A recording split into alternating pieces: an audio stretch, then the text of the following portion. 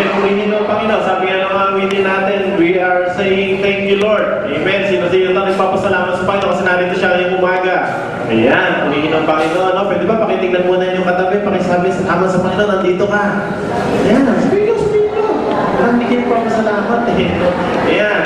So, we praise God dahil muli narito tayo and I'm so happy. Nakita ko ang isa sa aking mga kababata sa church. No? It was Kuya Jeff for quite some time na ngayon lang tayo uli na kamusta ang Korea? No, may ano ba? May ano. Ayan. Purihin ang Panginoon at siya ay nakasama ko muli natin. And praise God kasi muli narito tayo. Sabi ko nga para sumamba magpuri sa ating buhay ng Diyos. Alam niyo, kanina pa when we started worshiping God, ako naniniwala that God is here sa ating kalagitnaan. Amen po ba ron? At ang Diyos ang kakausap sa atin sa oras na to, sa sandaling ito. Amen po ba ron? Kaya sabi ng ating presider, ihanda daw natin ang ating puso, ang ating isipan sa pakikinig ng mensahe ng Panginoon ngayong umaga. Handa na po ba kayo? Pakihanda na ha, pakihanda. Para sabi sa katabi niyo, huwag mo akong guguluhin. Yan. Sabi gusto na. Huwag ka rin matutulog mamaya ha, sabi nyo. Yan, huwag kumaingay. Yan. So, sa umaga nito, meron tayong lesson that's entitled, Why Did He Go to Calvary? Sabihin nga mo tayo sabihin, Calvary. Mas malakas, Calvary. Yan. Why did He go to Calvary? At makikita ko natin sa teksto natin sa 1 Peter chapter 1 verse 18 to 20. Nandiyo ho, last time ay nag-start tayo sa ating mga pag-aaral sa aklat ng unang Pedro. At yun sinundan natin last Sunday, kaya naman ngayong umaga, patuloy pa rin tayo sa series ng lesson. Baka kasi magtaka ba sa inyo, may first teka, parang aga naman ata. Pamahal na araw ata yung topic natin, hindi ba, February pa lang, Pero naniniwala ko that in every Sunday that we are here to listen to God's Word, ang Diyos ay patuloy na mauusap sa atin sa kanyang kaparaanan. Amen po ba roon? Pero bago lahat, tayo muna ay umuko at tayo po ay lumalapit sa Panginoon. Aming Diyos, aming Ama, kami po ay patuloy na nagpapasalamat sa inyo for giving us this day, this Sunday morning, Panginoon, kung saan kami ay lalapit sa inyo, makikinig ng inyong mga salita. Salamat for this privilege, Lord God, na kami ay iyong tuturuan, kami ay sasamahan, Panginoon, at higit sa lahat, Panginoon, sa iyong pagtuturo na gagawin sa aming mga buhay. Aming Diyos, aming Ama, ang dalangin po namin ay ikaw po ang patuloy na kumilos sa mga buhay. Buksan mo, Lord, ang aming mga puso, ang aming isipan sa katotohanan ng iyong salita, at hayaan mo po, Panginoon, na sa patuloy ng pag-aaral, pagbubuling-buling nito, ang inyong banal na Espiritu ang patuloy na kumilos sa aming kalagitnaan. This we all pray in Jesus' mighty name. Amen and amen. Minsan pa nga palakpakan natin ang ating Diyos sa buhay. Sa ating teksto ngayong umaga, mababasa ho natin. Pwede ba sabay-sabay ho natin? Nakikita ba ko yan? Kita ninyo? Yan ang sabi dito. 1 Peter chapter 1 verses 18 to 20. Tatlong verse yan ang ating pagbubulay-bulayan ngayong umaga nito. So, babasahin ko ha. Kung kayo ng mga Biblia, makisabay ho kayo sa akin. Sabi dito, alam ninyo kung ano ang ipinagtubos sa inyo sa walang kabuluhang pamumuhay na inyong minana sa inyong mga magulang. Ang ipinagtubos sa inyo ay hindi ang bagay na nasisira o nauubos tulad ng ginto o pila. Verse 19, kundi sa pamamagitan ng mahalagang dugo ni Kristo, siya ang korderong walang batik at kapintasan. Pinili na siya ng Diyos sa gawain ito bago pa nilikha ang daigdig at ipinahayag siya alang-alang sa inyo bago sumapit ang katapusan ng mga panahon. Pagpalain ng Panginoon ang pagkabasa ng kanyang buhay na salita. Maaaring pamilyar ang mga sa atin sa lesson natin ngayong umaga. It's titled The Calvary. Bakit nga ba si Jesus ay kinakailangan tumako doon sa lugar ng Calvary? Or sa Tagalog, yung word na Calvario. Pakikita nga natin po yan. Pakita natin yung Calvary. Ayan. Kung kayo ho ay napunta sa bansang Israel, doon sa pinagpakuha ni Jesus, ito ho yun. Yan, yung dalawang yan. Ang tawag ho dyan ay Calvary or Golgotha. Diyan ho sa lugar na yan yung place saan pinako si Jesus. Mapapansin niyo, ang itsura talaga nung ang tawag dyan ay the place of skull. Golgotha is the skull. Sa place of skull, it was a place of public execution. Kaya sa mukhang malayo, napapansin mo, parang may butas ng mata, tapos may ilong, parang bungo talaga, bungo. It is described, sabi niya, it is described as a place of skull. Hindi magandang lugar to. Pero alam ngayon, no? Ngayon kasi tourist spot na yan. Marami pupunta dyan. At sabi nga niba, kung meron ako gusto makita ko sa lugar, pinako si Jesus. Ayan, yan isa yun sa mga itinalaga na lugar, no? Sa bansang Israel. Sa Tagalog ng Kalbaryo, ng Calvary ay tinatawag natin ng Kalbaryo. So pag narinig natin yung word na Calvary or Kalbaryo, sabi ito ay parang associated sa sakit. Di ba? Sakit, sa karamdaman, sa torture, sa hirap. Tama mo ba kayo? Tama mo ba tayo doon? Pag sinabi natin Kalbaryo ko talaga yung mister ko. Ayan. Maganda? Maganda ba? Hindi, di ba? Kalbaryo ko talaga itong misis ko eh. Talaga, napasaway eh. Di ba gano'n ka natin? No? Itong anak ko, first talagang pasan ko itong anak ko. Ito talagang cruise natin pasan-pasan. Pag kaya gamit natin yung word na yan, parang hindi masarap pakinggan. Di ba? Sino dito Kalbaryo ang asawa? Huwag na natin taas kamay. Kalbaryo ang anak. Kalbaryo ang inyong magulang. Meron gano'n. Kalbaryo ang inyong kapitbahay. Kalbaryo ang inyong kapatid. Iba-iba. So when we use the term Calvary, it's denoted as a place of torment. No? Pasanin, pasakit, pahirap. At sinong tao ang gusto dyan sa lugar na yan? Kung tatanungin ko ngayong umaga, gusto ba ninyo dito? Sige, sa ngayon, oo, kasi tourist destination yan eh. Pero doon sa actual na lugar, kung saan sabi dito, it as a place of public execution, dyan sa lugar na yan, pinapako lahat, mga magnanakaw, lahat ng mga kriminal nung araw, dyan dinadala. Wala sa atin ang may gugustuhin pumunta sa lugar na yan. Pero alam naman natin, the very foundation of Christianity was Jesus was born on this earth, siya ay nabuhay, tapos siya ay nagministeryo, tapos pagdating na araw, siya ay namatay para sa ating mga kasalanan, pinako sa krus, dyan sa lugar na yan. The question is, why would Jesus go to Calvary? Bakit ba siya pumayag nung napamunta sa lugar na yon? Last Wednesday, ay kasama ko yung aking mga opisina. Taon-taon naman yun eh, taon-taon. Pagpasok nila, nagulat ako may sila. May uling dito. May uling sila. So, syempre yung mga kasama natin kapon, medyo yun, sabi, what's that? What's that? Oh, it's a Christian symbol, no? It's a Christian symbol. Hindi ako pinapa-explain ng mga offspring ko because you're starting the Lenten season in the Philippines. So, yan. So, nagsisimula na pala. Nagsisimula na pala nung Wednesday. No, 40 days ata ito, I think, na pag-aalaala ng mga Pilipino. Taon-taon! No, taon-taon! Ang mga Pilipino napaka-deboto sa pag-aalaala sa krus ng ating Panginoong Jesus. And 1 month na lang. Tapos first week ng April, Semana Santa. Napakahalaga na ngayon pala nung buhay sa bawat isa sa atin na narito ngayong umaga. Ano talaga reason? Bakit ba merong ganon? Okay, I will be giving and I will be studying 3 points this morning. Una, kailangan maunawaan natin na ayon sa teksto na binasa natin, there was a plan to finish. Merong plano na kailangan maisa katuparan. No? Sabihin nga nila lahat, plan.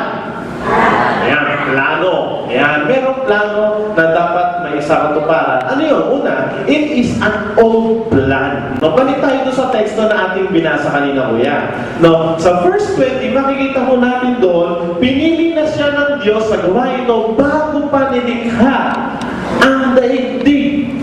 No, pinili na ng Diyos naman, si Jesus for that assignment bago pa nilikha ang daigdig. Grabe ng plano ang Diyos, Imagine nyo, planado na ng Diyos na si Jesus mamamatay sa krusa ng Kalbaryo para sa kasalanan ng tao, hindi pa man tayo nalilikha. Hindi pa man nalilikha si Eva at si Adam. Wala pa yung mga stars, wala pa yung mga yan. Lahat na yan kasama na sa kalendaryo ng Diyos. Alam ko, napakagandang bagay nung maunawaan about sa atin. Di ba nalalag natin na rin, kapatid, may magandang plano ang Lord sa iyo. Di ba? May maganda siyang plan and purpose for your life. Mayroon malimit na anticipate natin ng future. Future. May magandang plano si Lord. It means sa darating na 5 taon, 10 taon, ganyan. No? Pero yung backwards, may plano pa nga agad ang Diyos.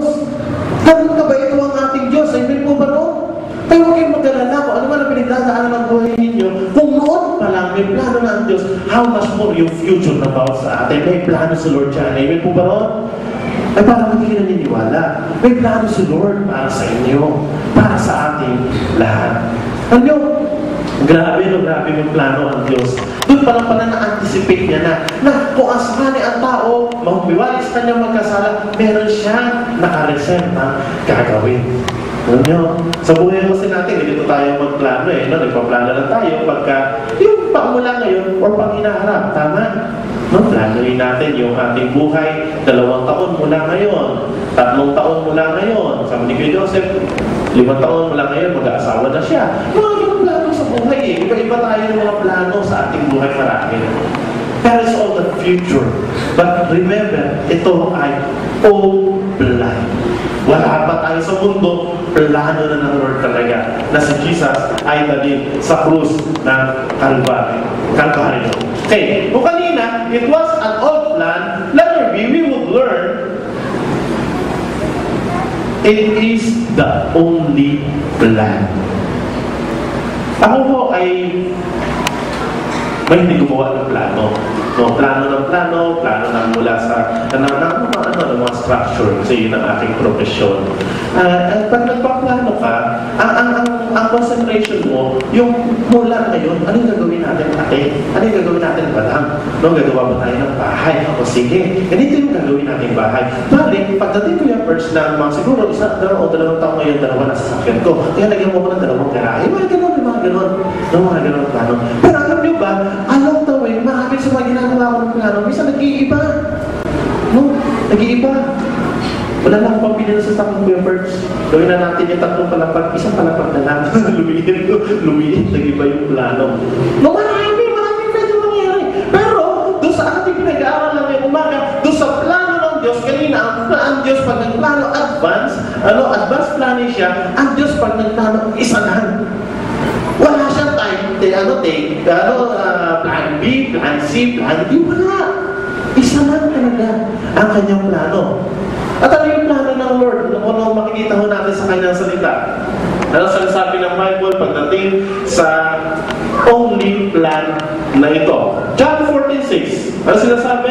Jesus answered, I am the way, the truth, and the life. No one comes to the Father except by me. Walang ibang daan papunta sa langit kundi sa pamamagitan lamang ni Jesus. Itong sakit ng mga Pilipino, pag darating ang buwan ng Semana Santa, ang lahat talaga ay talagang nagpapakabait. At ito naman, di ba? No? Halos tahimik ang bansang Pilipinas. Ito nga lagi ko na kwento. Pilipinas, ang matindi na napanood ko sa National Geographic Channel, dun nga lang sa section ng hindi yung mga feature na tourist, hindi. Doon sa section ng tinatawag na tabu or bawal, no? Or mabibigat yung mga ginagawa. Ang ginagawa ng mga Pilipino, nagpapapako live sa cruise pagdating ng Abril. Tinatayo ng mga turista ng Pilipinas. Pinapanood sa nakakita, tunay yung pinapako. Ganyan kalalaki yung mga pako, di ba? Pero mga ilang days bago pa yun, ini-sterilize yung mga pako. Ganyan tapos, talagang pinaghahandaan, pati yung cruise dapat balanse kasi pag hindi balanse, baka mamatay yung nakapako sa cruise. Ganun eh. Sabi ko, hindi pa tinuluyan. Di ba? Si Jesus kasi namatay, inayaan. Tapos sana, sinibat ka rin natin sa gilid para yung mga nagpapapako, lubos-lubosin na. Ganun kasi kabuhos ang tradisyon ang mga Pilipino. At iba-iba ang paraan ng tao. No? Tandaan natin, iba-iba ang paraan ng tao para makaabot sa Diyos. Mamaya makikita ho natin. Because of man's need for God, ang tao gumawa ng sarili niyang paraan. Ano yan? Number 1, pag-anib sa isang relihiyon. Kaya kung first time kayo nakapunta rito at kayo ay nakita rito, hindi kayo inayahan para magpalit ng relihiyon. We are inviting you to have a relationship with God. Ito yung doktrina na tinuturo natin eh. Hindi tayo natuturo ng relihiyon. Napagpunta kayo ng pumunta, linggo-linggo din sa kalidad ni The Christian Church, kayo ay maliligtas. Hindi ganun. Kahit lang, araw-araw maya pa kayo mag-self group kung wala kayong direktang relasyon kay Jesus bilang inyong Panginoon at tagapagligtas, hindi rin tayo maliligtas. No? Gaano karami sa atin na narito ngayong umaga ang sigurado sa buhay niya. Kung hindi ka pa sigurado, kapatid, huwag kang uuwi mamaya na hindi ka sigurado. Kasi ang buhay natin, sabi nga, ay hindi rin sigurado. Okay. Jesus is the only way to God. John 3:16, napakapamilyar sa atin lahat. For God so loved the world that He gave His only begotten Son, that whosoever believes in Him should not perish, but have everlasting life. Ang sino mo sumampalataya sa Kanya ay hindi mapahama, kundi magkaroon ng buhay na walang hanggan. Yun lang naman ang susi eh. Yun lang naman ang susi. Sumampalataya at maniwala sa Kanya at magkaroon ng buhay na walang hanggan. No, number one nga, sabi ko kanina, ang tao talaga sa nakakahanap sa Diyos, hinahanap nila ang Diyos sa magitan ng religiyon. At pag naisip ng tao, pagka siya membro ng religiyon, ako ay malapit sa Diyos. Ibang tao, di ba, hindi pa satisfied? Kaya naman ang kwento kanina. No, membro na ng isang religiyon, pero hindi pa satisfied. Pagka April talaga members, ako ay magpapapako sa krus. Ako ay maglalakad ng nakaubo dyan sa kanya at ako ay magkaganyan. No. Kasi ito yung way ng tao eh, para abutin ang Diyos. Wala naman nung dito ba dito? Wala naman eh, no? Sana wala naman sa inyo na pagdating ng first week ng April, makikita namin naglalakad-lakad sa Cavite. Ano ito tayo yun? Di ba? Sama na sa church. No, wala naman sana gano'n. No? So, isa yan sa way ng mga tao eh. Ang pahirapan yung sarili niya, tingin niya yung kasi ang paraan para ako makaabot sa Diyos. Ewan ko nga ba naman sa tao? No? Ginawa na ng Diyos ang kanyang paraan, pero ang tao patuloy pa rin sa paggawa ng sarili niyang paraan. Iba, maraming pera, ganito gagawin, magbibigay sa simbahan. Lalo pag marapit na mamatay, ibibigay talaga yung kanyang kalahati na kayamanan kasi paasas nila, papunta sa langit. No? Iba naman sabi, maglilingkod talaga ako sa Panginoon. Hindi mo masama yun, bagay na yun. Pero iba, naglilingkod sa Panginoon kasi nung talaga umatend ako, nung pananambahan na yun, talagang nakatch ako sa mensahe pa, kaya talaga sabi ko, Lord, sasamba na ako sa iyo. Lord, maglilingkod na ako sa iyo. Nakaranas lang na Christian experience, pero walang Christian life. Diba? Maraming mga tao ganyan. Iba-iba ang paraan na pinagdaraanan sa buhay para abutin ang Diyos. Pero sa malungkot mo sabihin, kapos pa rin sa ating Panginoon. Bakit? Tingnan mo natin. Kalawa, there was a payment kasi to furnish. Ito ang problema natin. Ano yung pinag-aaralan natin? Very basic ng salvation lamang ito eh.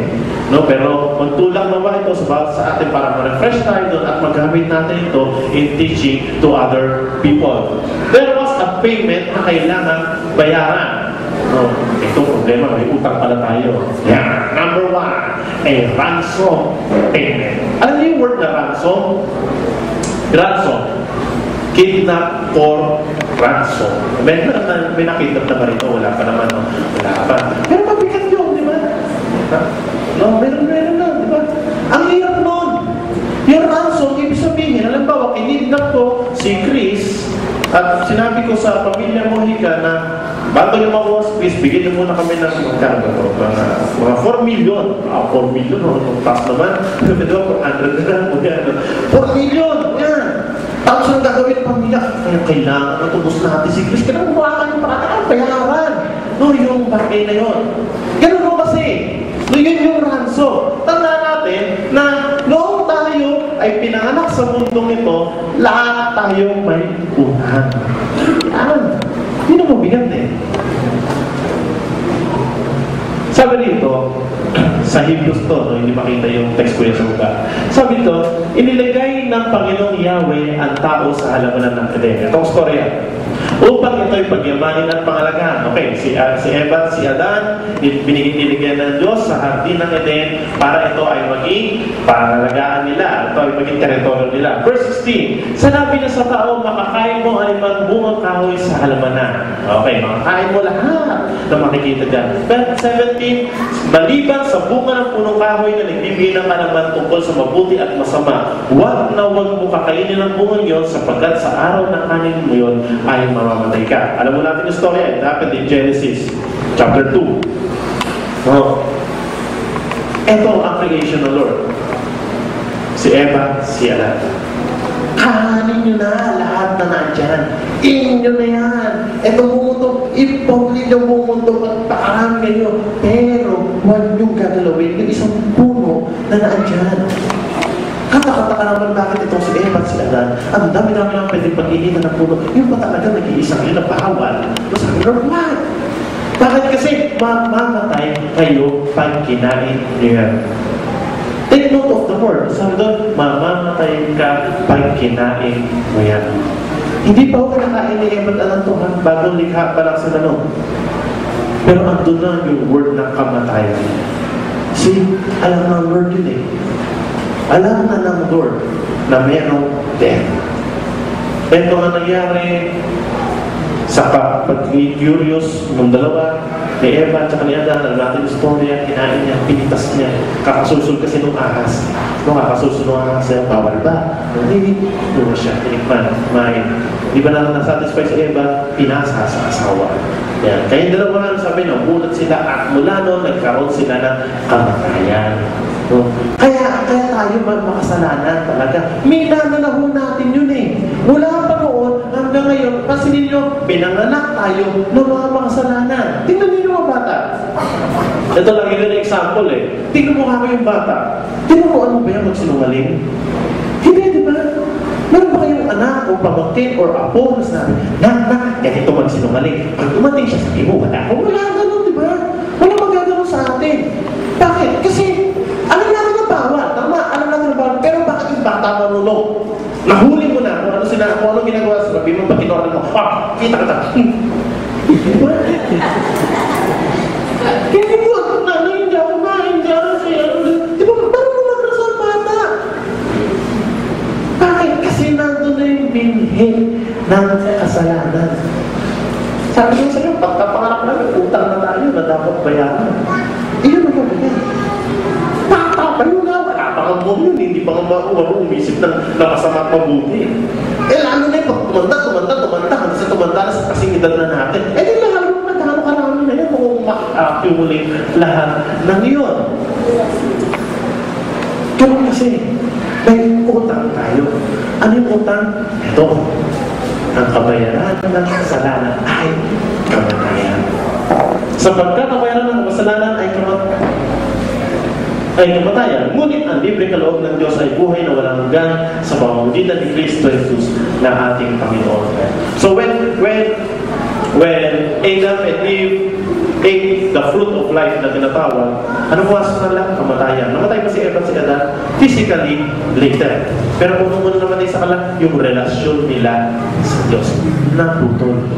Ganun ang bawat sa atin. Nung hindi pa tayo nakakilala sa Panginoon, putol ang ating relasyon sa Kanya. Kaya nga, kinakailangan na magkaroon ka ng isang sitwasyon sa buhay mo kung saan magiging turnaround ng buhay mo, nandoon na meet mo ng personal si Jesus bilang Panginoon at tagapagligtas. Ito ang mahalaga eh. When was the time na kayo yung tinatawag na born again? Akala kasi ng iba, ang term na born again, pag pumasok ka sa simbahan, magmakanta, nagtataas ng kamay, tapos nag-aaral ng mga Bible. No! Ito sinasabi ko sa mga office ko, ang pagiging born again ay ito ay isang karanasan sa buhay. Na dati ako ganito, pinanganak muli ako sa ating Panginoon para magkaroon ako ng bagong buhay. Yun ang born again experience. Hindi ko alam kung lahat ng narito ngayong umaga, born again na. Baka meron sa inyo, hindi pa. Naku, sayang naman. No, huwag kayong lalabas. Sabi nga, huwag kayong lalabas mamaya nang hindi natin kilala si Lord. Kasi ang kapalit ng kasalanan na yun, ang minana natin, ito, kamatayan. Kaya nga, pagdating sa dulo, lahat ito naririnig ito pag may mga kapatiran tayo na binubulol sa church, na dinadala dito, sinasabi niya, no, ang buhay kasi may katapusan. Kung kailan hindi natin alam, pare-pareho tayo may katapusan, iba-iba nga lang ng panahon. No? Kasi may una-una nga lang yan.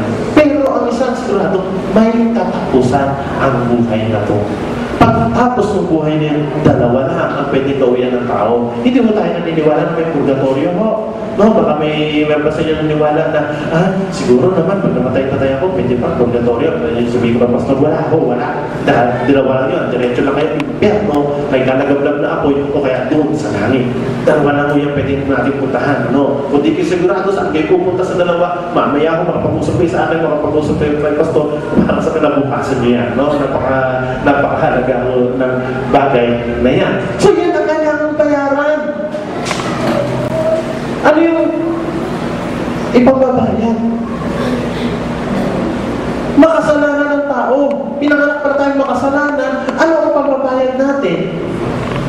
Wala tayo para-pareho makasalanan. Halimbawa, ito ngayon sa illustration na narinig ko, halimbawa si Christian, may utang siyang 1 million peso.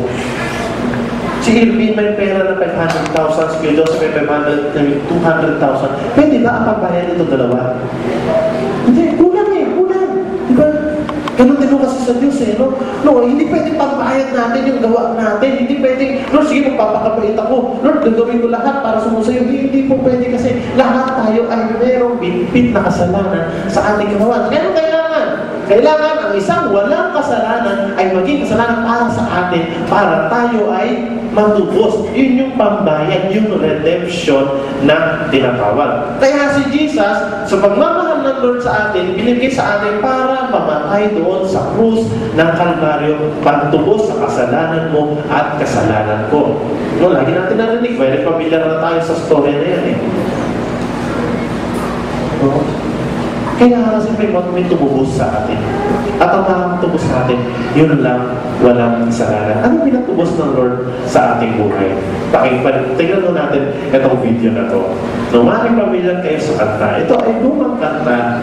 Ito ay isang himno na nagpapakita kung ano ang nagtubos ng Lord sa ating buhay. To bear the dreadful curse for me, and what can me whole again, nothing but the blood of Jesus. I'm singing, oh, precious is the flow that makes me white as snow. No other fount I know, nothing but the blood of Jesus. For my pardon, I see nothing but the blood of Jesus. For my cleansing, bliss my plea, nothing but the blood of Jesus. Singing, oh, precious is the flow that makes me white as snow. Found I know, nothing but the blood of Jesus. Nothing can force sin at all. Nothing but the blood of Jesus. So, not a good that I have done. No, nothing but the blood of Jesus. Sing it, oh, precious is the flow that makes me white as snow. Other fount I know, nothing but the blood of my Jesus. What can wash away my sin? No, nothing but the blood of Jesus. And what can make me whole again? No, nothing but the blood of Jesus. At di ba napakaganda ng awitin? What can wash away my sins? Nothing but the blood of Jesus. What can make me whole again? Nothing but the blood of Jesus. Amen? No? Ano makapagbubuo ulit sa atin? Blood of Jesus. What can wash away my sins? Sabi na, kahit nagkaano karumi, kahit nagkaano ang kahirap, ang ating pinagdaan sa ating buhay, ang sabi ng awitin ba, ito ang magbabago at mag-aayos sa akin. Nothing but the blood of Jesus. Palakpakan nga ho natin ang aming Diyos. There's nothing in this world but the blood of Jesus to cleanse us from our sins. Wala akong ibang paraan. Kahit na magpakabait na, kahit nga, ito nga, narinig ko minsan nung araw kasi, hindi, kasi yan, tatay ko, ang founder ng church na yan. No, kahit pa tatay natin, kahit pa tayo mismo ang founder ng church na to, kung wala ka ng blood of Jesus sa buhay mo, it will not make you clean. Amen? Hindi nyo na magbibigay sa atin na kaligtasan. Kasi nga, ito ay payment na dapat bayaran. No, tandaan natin may utang pala ako. Paano kailangan ko gawin? Yan. Kanina, it's a ransom. Ikalawa, it's a redemption payment. Ikatlo, it is a reasonable payment. Ito yung sinasabi ko kanina. Ito yung sinasabi ko kanina na para mabayaran ang ating mga kasalanan, kailangan ng isang hindi guilty sa kasalanan. No? Mahirap kasi na ang ibang tutubos natin, kapos din. No? Parang yung example ko kanina, kulang ang kakayahan na meron tayo. Hebrews 9, minsan lamang pumasok si Kristo sa dakong kabanal-banalan at iyon ay sapat na. Take note of the word, sapat na raw, no? Hindi na natin kailangan gumawa ng ibang paraan. Hindi dugo ng mga kambing at buya ang kanyang inihandog. Ano yun? The blood of Jesus. Kundi ang sarili niyang dugo para mapatawad tayo sa ating mga kasalanan. Magpakailanman. Forever na yun. Tapos na yun. Hindi huling dugo o hindi taon-taon ating Semana Santa kailangan natin magbuhos ng dugo. Hindi na. Ang sabi ng Hebreo, sapat na yun. Minsan lang namatay si Jesus sa krus, dumali ang dugo sa kanyang para sa iyo at para sa akin, anak na yun. Verse 13, bakit? Kasi kung ang dugo ng kambing at toro at ang apo ng dumalagang bata ang winiwisik sa taong tinuturing na marumi upang sila'y luminis ayon sa kautusan. Kasi during the Old Testament time, para mabayaran, ba, nagsumaling ka? O kaya, kasi maraming bawal nun sa Old Testament, ba, nakahipo ka ng taong may keto. Ibig sabihin mo, marumi ka rin, may kasalanan ka rin. So may katapat yun. Ano katapat doon? Dugo din. Hindi dugo nung may ketong. Dugo nung hayop. No, lahat ng yan, may standards ng Lord eh. Medyo mabigat-bigat ang kasalanan mo, baka ka, kailangan patayin. No, pag medyo light-light naman konti, mag-ibon-ibon lang, okay na. No, even during Jesus' time, ganoon eh. Naghahandog ang mga tao sa Diyos. Kung pansinin nyo, kung hindi tinubos ni Jesus ang kasalanan ng tao, sa panahon natin ngayon, ano pwede natin iaalay sa Diyos? Ano ba meron sa Pilipinas? Aso, pusa, hindi tatanggapin yun. Bawal yun. Sa Old Testament, bawal yun. Diba? Sa dami ng kasalanan ng tao yun, makaubos ng mga baka, wala na tayong makain. Nung mag-aagawa, ako ng bakang yan, mabili ko na yan, patubos ko sa kasalanan. Baka ganun eh. Baka pati mga ibon, so parang lahat, inubos na natin. Baka ngayon, wala na natin. Baka mag-isda, lahat na may dugo. Wala na may dugo. Ano, makakain natin nun. Patawag, sorry nun, nagkasalanan ako. Wala na ako mabili. Buti na lang, hindi na ganun. Sabi ng Lord, tinuntungan niya na yun eh. Isa lang. Isang solusyon lang. Ang dugo ni Kristo. Sabi ng 14, higit ang nagagawa ng dugo ni Kristo sa pamagitan ng walang hanggang espiritu. Inialay ng Diyos sa kanyang sarili bilang handog na walang kapintasan. Blameless. Ang kanyang dugo ang lumilin sa ating puso at isipan sa mga gawaing walang kabuluhan upang tayo makapaglingkod sa Diyos na buhay. Amen. The blood was shed for us. At ang pinakamasakit nun, kahit na dugo at pawis mo pa ang iladlad mo dyan at binihandog mo pa sa kanya, hindi pa rin niya tatanggapin ng Lord. Kaya masakit yun. Diba? Nalaki natin napapalot, yung bahal na araw, yung Passion of the Christ, yung kinugulpe si Jesus, sinihila, duluan na. Diba? Imagine nyo, kayo yung dapat tinaado sa kalagayan na yun. Hirap nun. Yung alam, makurot ka, masakit eh. Yung hatawin ka ng isa. Masakit na eh. Pero yung ginawa kay Jesus, pansinin nyo, kung bawat isa sa atin ganun, pala dapat at katapat, pero kulang pa. Kaya kayo, nasabihin nyo, wala ka ng mag-asa. Pero dahil sa kabutihan ng Diyos sa atin, buti na lang, meron tayong pag-asa. Yan ang pag-asa ng mga Kristiyano. Amen po ba ron? Yan ang pag-asa ng mga taong narito ngayong umaga. Amen? Ang tao kasi sa labas, walang pag-asa. Hindi nila alam. Kaya nga, lagi pinapaalala sa atin ng pastor, mag-share tayo. Ano yung i-share? I-share natin ang mabuting balita. Ano ba yung mabuting balita? Ito, lagi ko dinidigdig sa mga estudyante ko sa SOL. Kasi alam natin by heart, alam natin sa ating isipan, alam natin. Pero tanong, ginagawa ba natin? Alam natin yung mabuting balita. Ito nga yung mabuting balita. Ano yung masamang balita? Ang tao, may destinasyon. Pari pag namatay ang best friend mo, pag namatay ang kaibigan mo, pag namatay ang kapamilya mo, sa impyerno naglalagag laban, tuloy-tuloy niya. hindi mo sinira yung mabuting balita. Alam mo, linggo-linggo pinapakinggan mo. Yung kasama mo sa bahay, alam ba? Sayang, hindi na alam. Kasi hindi natin kinuwento sa kanya. No? Yun yung pag-asa na meron tayo. Pero ito napakahalaga sa buhay ng bawat sa atin. Una, ito ay plano ng Diyos. Ang Kalbaryo, ang krus, plano ho ng Diyos yan. Ikalawa, ito ay dinisenyo ng Diyos para maging kabayaran sa ating mga kasalanan. At ikatlo, kasi may mga tao nangangailangan. Ito yung huling punto na gusto kong maunawaan ng bawat sa atin.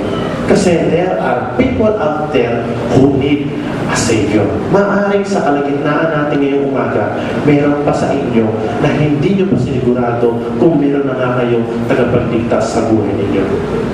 Kapatid, kaibigan, ito ang gusto kong maunawaan mo. The Lord came to set the people free. Para palayain ang tao saan? Ito, dalawang bagay. Una, from an empty existence. Ano yung sabihin ng emptiness? No, sabi sa aklat sa teksto na ating binasa natin kanina, sabi sa ating at ko yung text natin. Sabi ito ay idinesign ng Lord para yung ating buhay na nawala or walang kabuluhan ay magkaroon ngayon ng kabuluhan. Sino rin sa inyo yung dati ang buhay niya parang sabihin parang walang kabuluhan. Yung buhay natin dati nung hindi pa tayo nakakalala sa Panginoon parang hindi mo alam, parang wala kang direksyon. No, ganun yung mga testimony na na-rave natin Ngayon, lagi natin na-rave. Kung may magte-testify dito, ako, dati ako manginginom, ako, dati ako panamuhan, dati ako bastos, dati ako ganito po, dati. Kasi yung mga testimony na namin ko, one time narinig ko sa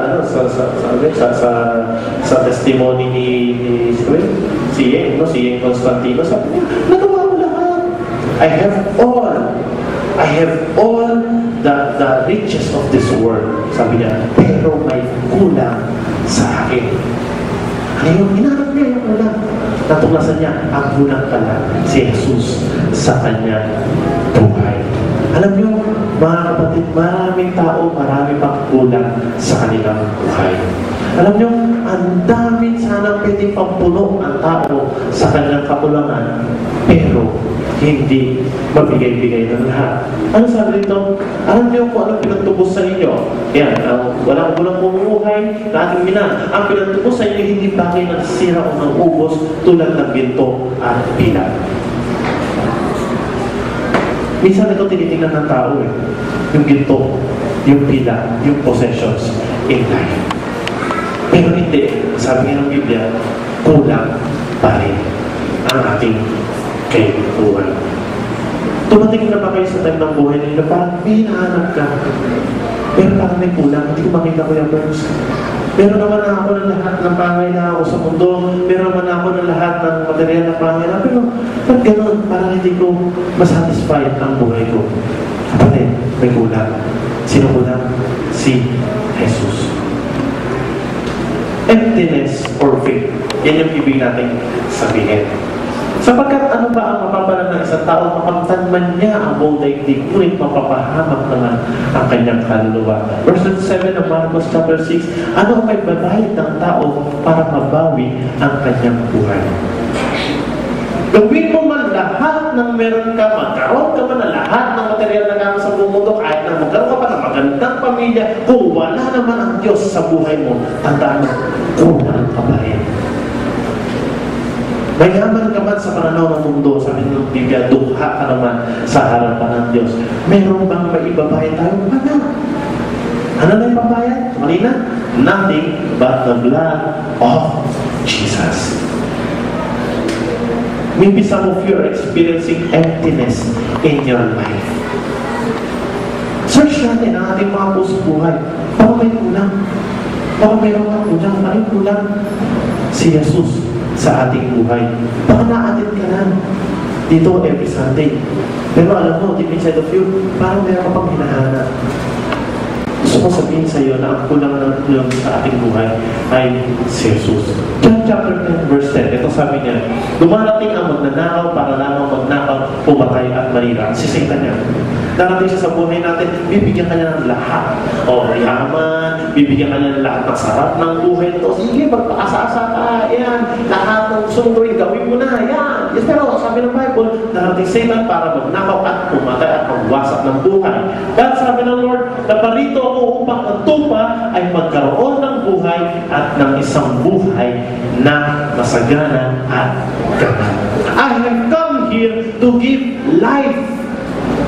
Kaya diba sabi natin kanina, at sabi ng Panginoon, I am the way, the truth, and the life.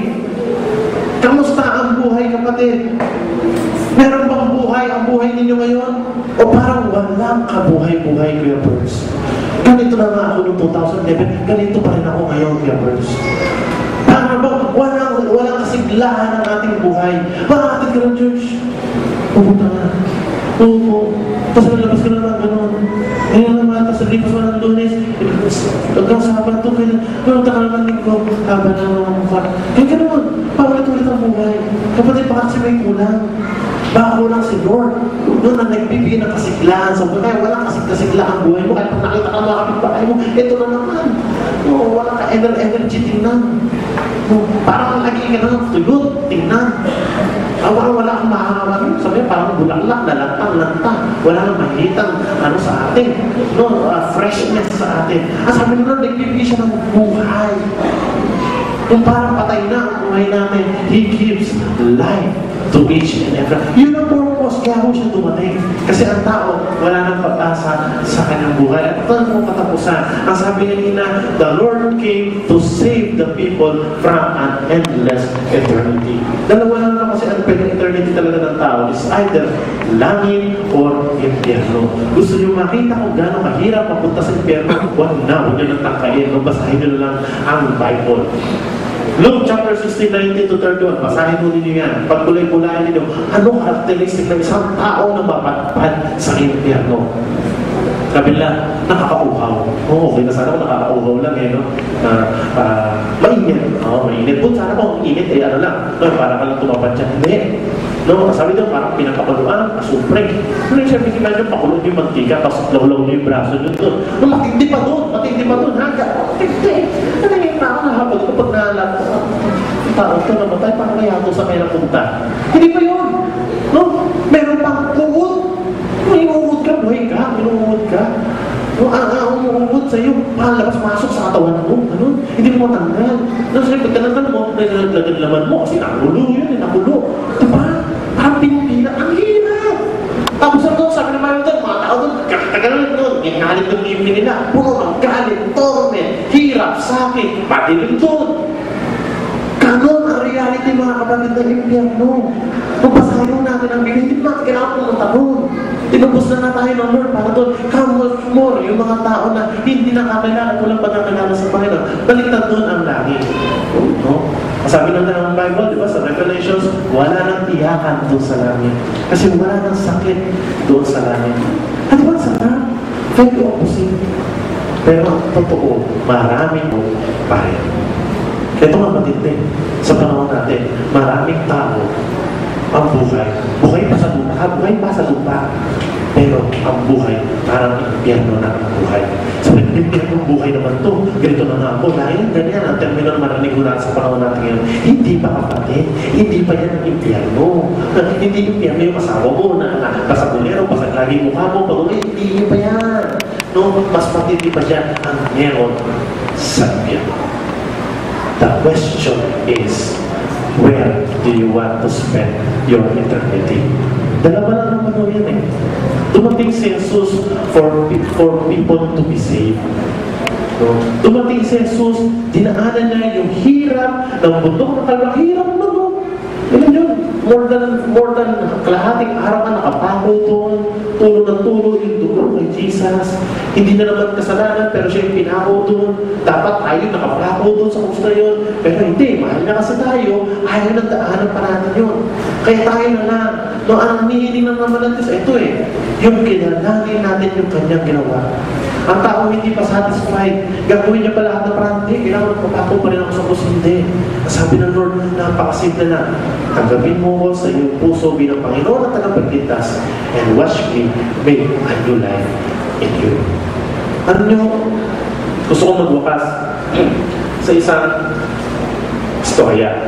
No? Ito napakapamilya sa atin ng istorya. May isang bata na kumuha siya ng bangka. No? At sa kanyang pagkagawa ng bangka, nalibang siya. No? Nalagay niya. Laro. Sa kanyang paglalaro, inanod yung bangka. Nung inanod yung bangka, hindi niya inabutan. Napalayo. Kasi masama sa mga loob ng bata. Kasi ginawa ko itong bangkang to eh. Tapos, napalayo sa akin. Hindi niya inabutan. Balukod siya. Sa araw, sa kanyang pagbisita sa bayan, makita niya sa tindahan ng mga laruan. Yung bangka. Akin yan. Nung punta siya sa may-ari nito, sabi niya, Mama, akin mo yan eh, yung nawawala. Akin mo yan. Pwede mo makuha. Sabi ng may-ari, ay hindi. Yung pwede mo eh. Bakit po? Akin po yan. Sabi niya, kasi pinagbenta niya sa akin. Napulot yan, binenta sa akin. Kung gusto mo, bilhin mo. Sa mga ng bata, uwi siya. Sabi niya, akin yun eh. Ito po naman, hindi siya nagsusumalik. Akin yung bangkang yun. Pero dahil sa gusto ko, ay akin ulit, ang ginawa niya, trabaho yung bata, trabaho. Wala siya naman paraan, parang trabaho, bata. Nagsipag siya kahoy, kumikit na siya, parang kumita lang siya, parang kumita siya. And then, nung nakaipon na siya ng enough na pera, binalikan yung tindahan. Sabi niya sa mama, Mama, pipiling ko ulit yung bangka. Alam niyo, paghawak niya doon sa bangka, hawak na ulit. Sabi ng bata, akong gumawa sa'yo. You dear little boat, I love you. You are mine. Sabi niya, you are twice mine. Dati akin ka, ngayon akin ka na ulit. I made you, and now I have both you. Ginawa kita, nawala ka sa akin. Ngayon, nasa akin ka ulit kasi binili kita. Magsasama na ulit tayong dalawa. At hindi ko nahahayaan na itong ikaw bangka, ay mawala ulit sa akin. Ano? Simpleng analogy na pinag-aaralan natin. Dati hindi tayo sa Panginoon. Nilikha tayo ng Diyos. But there was a time in our lives na tayo makasalanan na kasi. Yun ang punto, makasalanan kasi tayo. Eh dahil sa gusto tayo ng Diyos na makuha ulit mula sa kamay ni Satanas, mula sa paghihirap sa impyerno, kinuha ulit tayo ng Diyos sa pamamagitan ng bayan. Hindi pwede. Kailangan mabayaran ang pambayad, dugo at buhay ni Jesus. Nangyayari lamang yun na tayo binili na ng Diyos sa ating buhay. Mangyayari lamang na maranasan natin yung pagbili na yun ng Diyos sa ating buhay kung kikilalanin natin yung ginawa niya sa krus ng Kalbaryo. Hindi mo namin yung pinapwersa na magsimba dito linggo-linggo. Although talaga inaasahan natin yun. Pero kung yun lamang ang magtutulak sa inyo para sabihin, ako'y born again, ako'y Kristiyanos, ako'y nagsisimba, ako ay nagbibigay sa simbahan, ako ay matagal na yan, kahit nagharapakatagal, kung hindi tayo, kung wala sa ating mga puso buhay, yung Jesus na yun, nakagaya nung ating nakita sa kanya. No? We don't have any other option. Bago mo bukas, we will be praying to God. Dalawang prayer. Una, kung meron sa inyo dito ngayong umaga na hanggang ngayon, hindi mo pa sigurado kung si Jesus na nga nasa buhay mo. Yung pag di mo pag napag-usapan yung pamatayan, yung di mo pag napag-usapan ang mga pangarap sa buhay, parang hindi mo alam mo yung person. Parang wala kang future. I tell you kapatid, it takes a decision in your life. Dahil ako rin, nabuhay din ako, laki ako sa church na to. Yung testimony ng buhay ko eh. Laki ako sa church na to. Bata pa, nagsa-Sunday school na ako. Yung mga ate kuya ko dito, sila yung mga teachers ko nung araw. I thought it's okay. Nung mga good boy, wala naman ako nakaaway eh. Minsan sa buhay ko, hindi ako nakapagkaranas kung nakaway. Alam ko, enough na yun. Until one time, one of my Sunday school teachers asked me, Bernie, gusto mong tanggapin si Jesus sa buhay mo? Nagtanong ako, sabi ko, bakit po? Kasi kailangan natin. Pinaniwala niyo sa akin yung sinabi ko sa inyo. Alam niyo, since that day, I accepted Jesus Christ in my heart.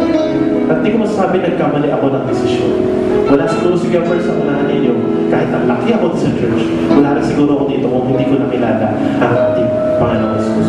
Iba-iba tayo ng storya. May mga kabataan na dati, ang buhay nila may hirap, mabigat ang buhay. Pero dahil sa nag-decision ka na, Lord, hindi na itong buhay na ito. Bahala. Yun lang yung sabi kong decision sa buhay. Bakit mag-pray tayo na meron sa inyo na gusto tanggapin ang Panginoon na ating sinasabi yung mga sabay na tayo. Pag tayo naman. At doon naman sa iba, sigurado naman ako kayo first, tinanggap mo na si Lord sa aking buhay, pinaanak Panginoon, tagapagligtas doon sa kapahamakan na yun. The challenge for us is this. Paano natin sasabihin ito sa iba? Salamat tayo, ligtas na tayo. Nung napakapagbayo sa tao, sa labas iba, wala pa. Pero tayo, salamat tayo dahil gagawin tayo ng Diyos sa instrument. Ito tayo lahat ay tumayo.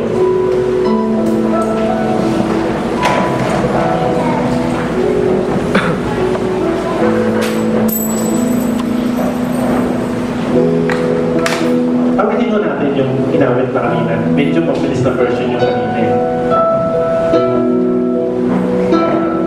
Tamahin natin gaano kabuti ang Diyos. It's an old song. It's a hymn na sinulat ni Robert Lowry 1876. Pero napakapawan na siya. Ay, nasir.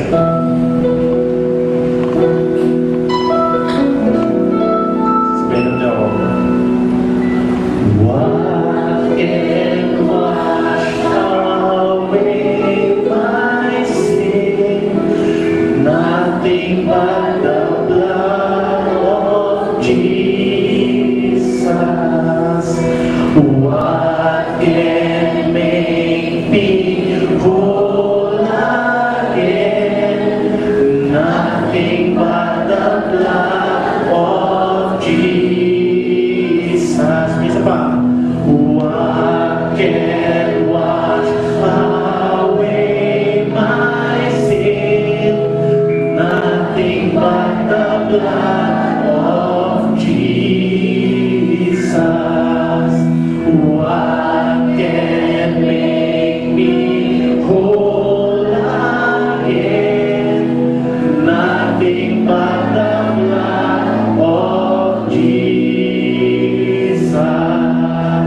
Oh,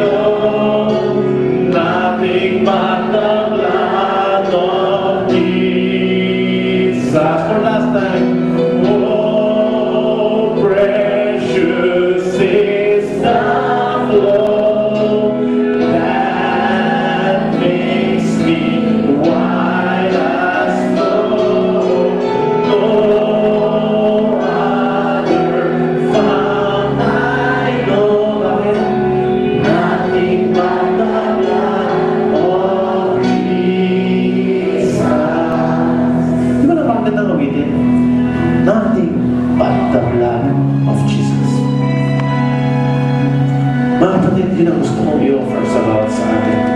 Nothing but the blood of Jesus to take away all our sins and to give us direction in our life. So mga ito, walang direksyon ng buhay ninyo. Kapatid, lapit tayo sa Panginoon. Yung dugo niya binigay para sa iyo at para sa akin. Dati, yung iba sa atin, walang direksyon ng buhay. Pero dahil sa Diyos, binigyan na ng bagong direksyon ang ating buhay. May silbi na ngayon ang mabuhay sa mundo. Hindi na nakakapagod. Yung hinahanap mong kasagutan, eto na. Wala sa labas nandito. Kaya lahat ay ibuko tayo ay mananangin. If this is your first time to hear these words, at nais ninyo na magdesisyon sa inyong mga buhay na tanggapin si Jesus bilang parang tagapagligtas, sabay mo kayo sa aking dalangin. Panginoong Jesus, lumalapit ako sa inyong harapan. Kinikilala ko ang aking mga kasalanan. Patawarin mo ako sa lahat ito. Linisin mo, Diyos, sa aking buhay. Salamat sa kaligtasan na binigay mo dahil meron akong pag-asa.